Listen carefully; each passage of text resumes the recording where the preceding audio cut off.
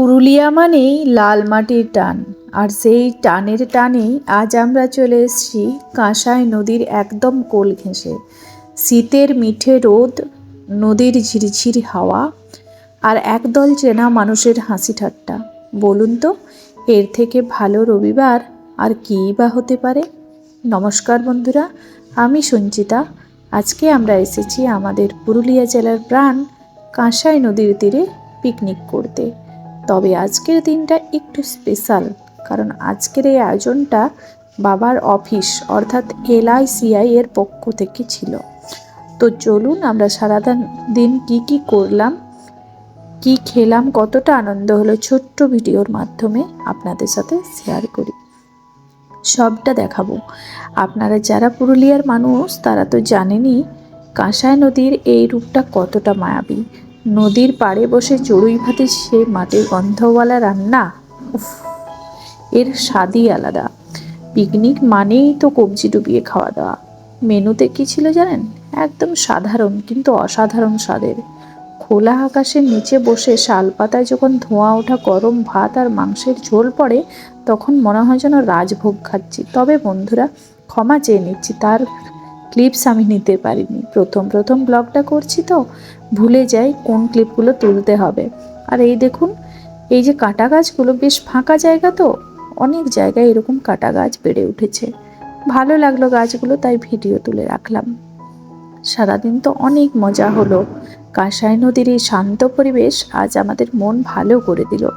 কিন্তু এবার আমার একটা প্রশ্ন আপনাদের কাছে, যারা আমাদের এই পুরুলিয়ার মানুষ কিংবা যারা কাঁসাই নদীর তীরে কোনো না কোনো দিন পিকনিক করেছেন, তারা জানাবেন তো আপনারা কোথা থেকে ভিডিওটি দেখছেন, আপনারা পুরুলিয়ার কোন জায়গা থেকে দেখছেন, আপনাদের ওখানে পিকনিকের সবচেয়ে প্রিয় জায়গা কোনটি, কমেন্ট করে অবশ্যই জানাবেন। কিন্তু আপনাদের কমেন্টগুলো পড়লে মনে হয় আমরা সবাই একটা বড় ইউটিউব ফ্যামিলি হয়ে উঠেছি।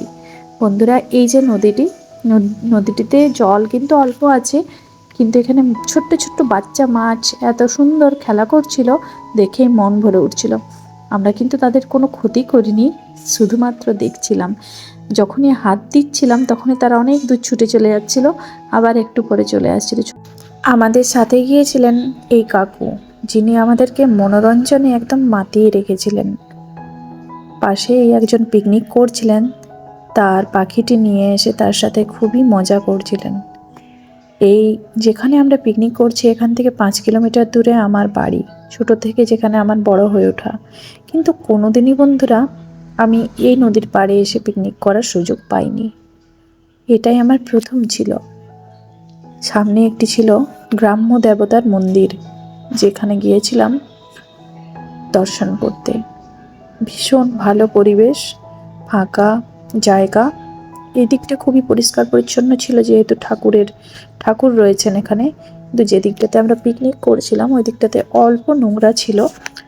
তো সেগুলো তো স্বাভাবিক হবেই, মানুষজন যদি পিকনিক এই সময় শীতের সময়টাতে অনেকেই পিকনিক করছে এখানে, তো এই জায়গাগুলি খুবই পরিষ্কার ছিল। আপনাদের সকলকে আমি ঠাকুরের দর্শন করে দিলাম, সবাই প্রণাম করে নেবেন। আর এই যে একজন কাকুর ছেলে এইভাবে নমস্কার করছিল। বন্ধুরা, তো ভালো থাকবেন সবাই, আবার আসবো এরকমই ছোট্ট ছোট্ট ভিডিও নিয়ে। আমার ভিডিও খুব ছোট হয়, হয়তো বর্ণনা ঠিকভাবে দিতে পারিনি, কিন্তু আমি পরবর্তী ভিডিওগুলোতে আরও ভালো করার চেষ্টা করব। বন্ধুরা, সবাই সাথ দেবেন, ভালো থাকবেন, টাটা।